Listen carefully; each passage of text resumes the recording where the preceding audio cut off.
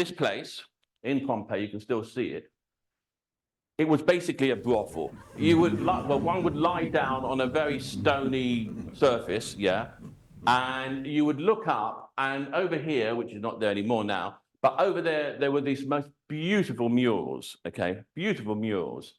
And you would look up there and you would actually contemplate about being in a different world, in a different time, and it was all very luxurious, and I'm not going to go into any more details than that.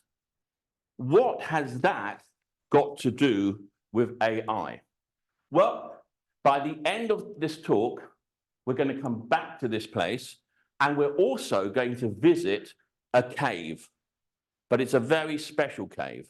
When it comes to ChatGPT, to Gemini, to Claude, to all of these models, it reminds me on where we are at the moment of, you know, the Wild West, because everyone is saying, I've got the perfect copywriting piece of GPT. I've got the perfect whatever it might be. You need to buy this. You need to get that. AI is way beyond that. It's way more important than that. I think that what we are becoming, well, we're getting there, is an AI marketing integrator. It's about integrating AI into our plans. It's not just saying to ChatGPT, rewrite a headline or whatever. It is much more than that. When they talk about AI, to me, and I'm sure you've heard the same thing watching it on TV and all that sort of idea, yeah, is that this is the end of the world, you know, it's like a complete disaster and all the rest of it. And this reminds me of knives and wild dogs. It's not the knife and it's not the dog. It's the owner of the knife and it's the owner of the dog. AI does have issues. One of the issues that AI has, it tends to stereotype. Why? Because it's based on millions and millions and millions of bits of data. And what it does, it takes the average answer for something. And so if you're going to take the average answer for anything, you've got to get stereotyped because that's an average answer. The other thing that it does, it hallucinates. It says, well, I've got the data here and I've got data over there, and I'm trying to make a bridge between the two. So it's making connections of where it thinks you want to go. And so sometimes it gets literally its wires in a twist. And so it starts hallucinating and giving you wrong answers. The other thing about AI is infantilization. I am very, very concerned that marketing departments will be using it again in the wrong way and becoming very, very lazy. The average answers of stuff aren't going to be answers which are very deep. They're not very nuanced. And so there is a seriously big potential that if one just starts saying, okay, we're going to use this in our agencies, we're going to use it in our PR companies, we're going to use it in our internal marketing departments, whatever it might be. One of the problems is that it will start producing what I call wallpaper, which is, it's nice, the content, but it's basically bland. Yeah, it's basically vanilla with maybe a slight nuance here and there, but it's basically vanilla. It says here, the results show that using AI in education, but forget about education, could be in anything, okay?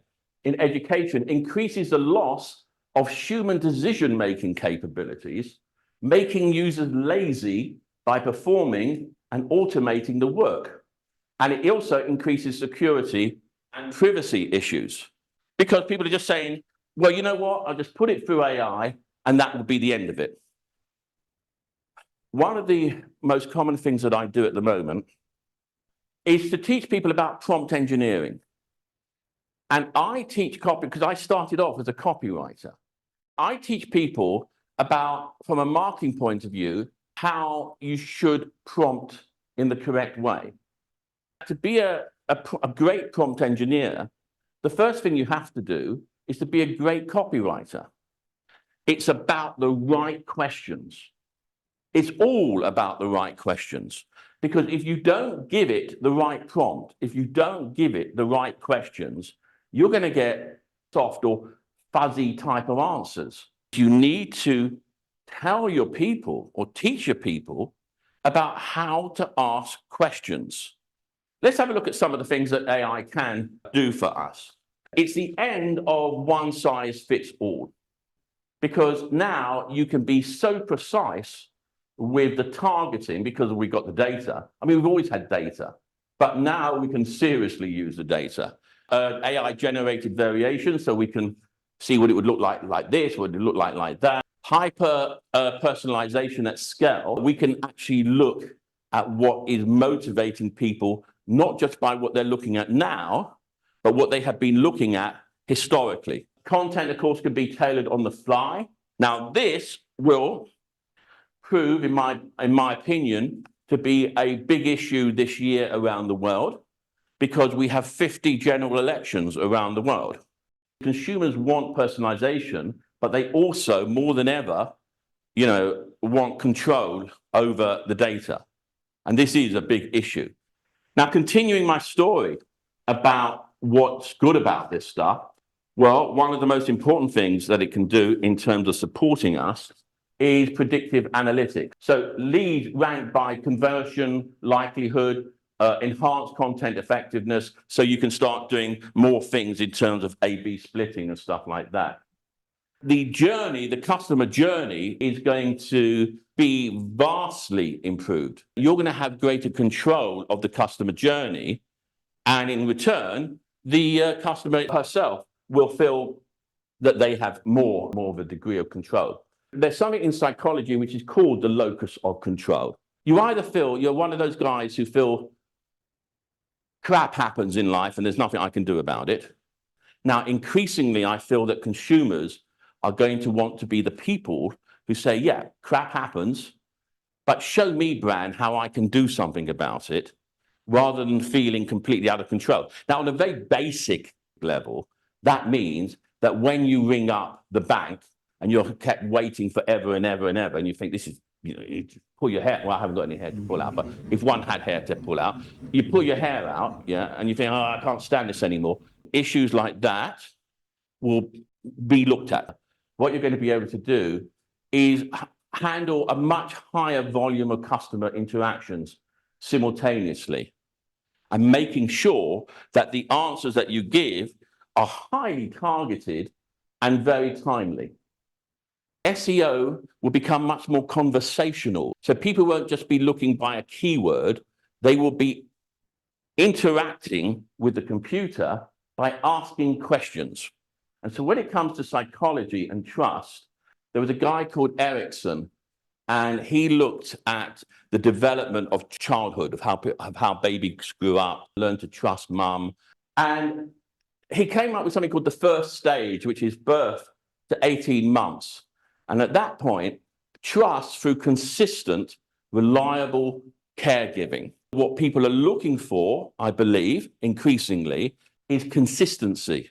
You're going to be there, like mum was there. You're going to be there, and therefore, I can trust you. Once I can trust the brand, it actually sets the stages for future trust in others as well. If you give them a great experience, people are more likely to come back to you. But we all know this with brand. I mean, we've been talking about brand experiential stuff for yonks, okay? There's nothing new, but it's just, it's just a more refined version of it. Trust is about consistency, being there, constantly giving the right answer. Going back to Erickson, the baby wants to know, I will get fed as a baby. And I think that what we need to do with technology is to show that it too is going to be dependable, but at every single touch point in terms of the customer journey. Now, we live in a world of high expectations. People are impulsive. They want the answer now. And this idea of short-term thinking stuff is really interesting, because when I first started producing adverts and stuff like that, It was about taking them on a very slow but gradual journey. Now it's like, what are you going to give me now? Because I want it now. And I don't want to think about this too much because I'm too busy. They're probably not that busy, actually, but they're too busy being busy about not being busy. Which brings me back to where we are here at the Brand Museum. TV was absolutely king. Stick the product on the box enough times, and eventually they buy it. Today, we have a lot of boxes. So people are saying that is finished. I say we're starting something new, and it's got to do with that box. As I explained, large language models called LLMs are trained on vast data sets from authoritative websites. So brands need to be discoverable by AI in order for it to push out the information. They also need to be discoverable by people. People are looking for answers, not just from ITV, but from all of these streaming services. So, how do we address mental availability? Well, there's something which is called the Ehrenberg-based model. You can look it up. It's all about making brands very easy to remember. Brand recognition, stuff that we all been doing for yonks. Consistent logos, consistent colors, brand guidelines, we bow down, and all that stuff. Category entry points. Link the brand with various consumer situations or needs to enhance recall. Now, because AI can support us in recognizing those needs, that bit goes up. Next one, repetition. Well, we know about that. And consistency, Ericsson. Regular brand exposure across, I'm going to add another word here, the appropriate media. Reach. Embed the brand in diverse consumer memories. So now this brings in storytelling that evokes these memories, these consumer memories. Distinctiveness, stand out from competitors with experiences which are memorable, but memorable in terms of the context for the people. The old way that one finds something is that you type it up into Google. I'm looking for men's jackets for a wedding. Okay, fine. What we do now with SEO is conversational curation. And conversational curation is when you would say to Siri, or you would say to Alexa, hey, Alexa, what's on in the cinema near Ladbroke Grove? That's more of a conversational thing. Those types of conversations can be handled through AI. We're making our brand very, very discoverable. And as I said, it's not just two screens, it's wherever the screens are. So it means that we have a far deeper and wider reach for people and towards people, but we do it in a different way, which brings me to Freddie. He sang, it's a bit of a stretch, this, but okay. He sang, but it's Freddie, you know. Okay, so he sang, I want it all and I want it now. And that is what our consumer is today. I want it all, I want it now, but I'm not quite sure what I want. And that's where your storytelling comes in. We used to talk, as you know, about USPs. Today, we talk about ESPs, emotional sales points. And emotional sales points are about giving people, again, reliability, being empathetic towards them, understanding them, but remembering that they come first. They are the hero, we are enablers. As I said, we're going to have all these elections coming up, and we already know that a lot of people talk about AI with fake, yeah? Oh, it's all a fake. I don't believe anything. I don't believe this side of the conflict. I don't believe that side of the conflict because it's all fake. We as brands have a different type of a problem. When I was growing up here It was all about hierarchy, the boss, then the guy next, you know, that kind of stuff. And so we trusted. Yeah, we trusted. Now we're in a different era where nobody trusts anybody. He's a fake, she's a fake, that's a fake, that's not real. But from a psychological point of view, that gives us as brands a very interesting dilemma. Because if one is really going to trust nobody, then the first person that one wouldn't trust is oneself. And what people are looking for, whether it is through love, relationships, brands, whatever, is show me how I can love myself. Because then when I can do that, then I can trust other people. Otherwise, I'm going to become as cynical as everybody else is. And we get this idea of authenticity. Well, I don't trust this one, I don't trust that one, and so on and so forth. So we need authentic interactions. Genuine interactions and tailored communications reflect our values and our mission. If your brand is going to be like a willow and is going to bend this way and that way to appease whoever it is at the time, then what happens is that there is a definite lack of consistency. And quite frankly, you'd be better off becoming a politician. So the old idea about brand consistency, that comes back again. Mark Twain said, a lie would travel halfway around the world before the truth can get out of bed and pull its pants on.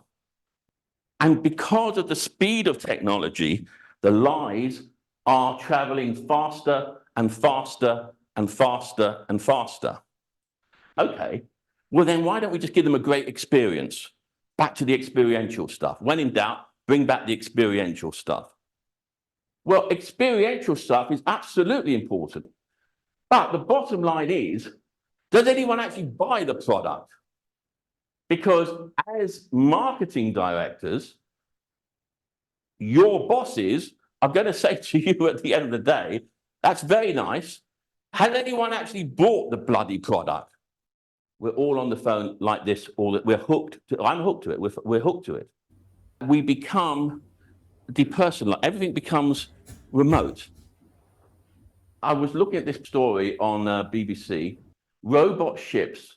This lovely lady here, she controls this gigantic ship, which is miles and miles and miles and miles away from the computer. In Ukraine, in all over the place, drones, all the rest of it, it's remote, remote, remote. If our consumers are going to detach themselves and their view of the world is not through that window there, but through this window here, how do I connect with these people? If we've got a population that is looking at reality through that, not trusting it, but wanting to trust it, not trusting the brand, but not trusting themselves, it's very complicated. It's very interesting. This morning, the Queen was talking about the importance of reading. There's definitely a lot of machine learning going on out there, and it's sucking up all the information. Books, you name it, it's sucking it up. Meanwhile, this is happening. So we have a responsibility because the brands of the future are going to be speaking to this lovely lady here through that down there. And so she needs to trust. Really interesting. They're finding that Gen Z and beyond, what they're doing is that they're turning now, in terms of influencers, they're turning to avatars knowing that it's not real.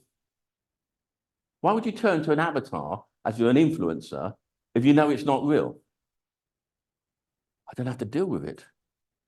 It understands me. I trust it. And so I think that this will also be an interesting departure. But if anything else, it's going to be cheaper to do, which brings me back to this. So there they were, looking up and seeing an ideal brand. It wasn't the lady, it was the customer. I am the ideal brand in my own mind. And that brings me to that cave called Plato's cave. If you light a fire and this guy here is chained all his life from birth in a cave, in a dark, dark cave, and all he can see is shadows. What Plato found was, if after a given period of time, you say to this guy, you know what, there's a world out there, and it's not in black and white, it's in living color. He said that the vast majority of people who are conditioned to seeing the world like that would not want to go out to there. Aha.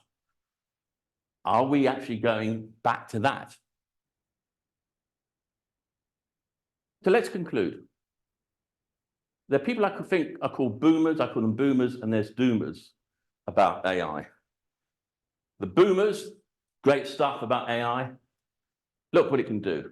Personalized suggestions, search positioning, strategic pricing, focus outreach, greater satisfaction through the customer journey, which I mentioned to you before.